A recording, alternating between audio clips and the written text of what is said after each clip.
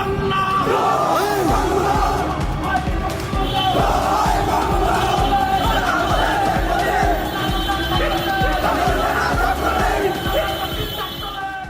সকালে রাজধানীর ধানমন্ডি ৩২ নম্বর এলাকায় বাংলাদেশের কার্যক্রম নিষিদ্ধ সংগঠন বাংলাদেশ ছাত্রলীগের একটি ঝটিকা মিছিল অনুষ্ঠিত হয়েছে।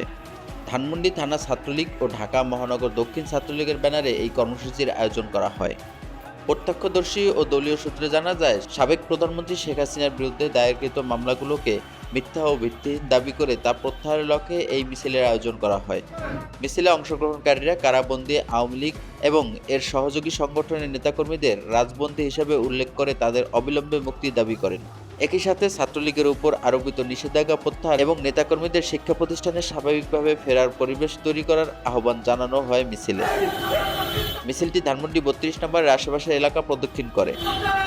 এই ঘটনায় এখন পর্যন্ত কোনো গ্রেপ্তারের খবর পাওয়া যায়নি।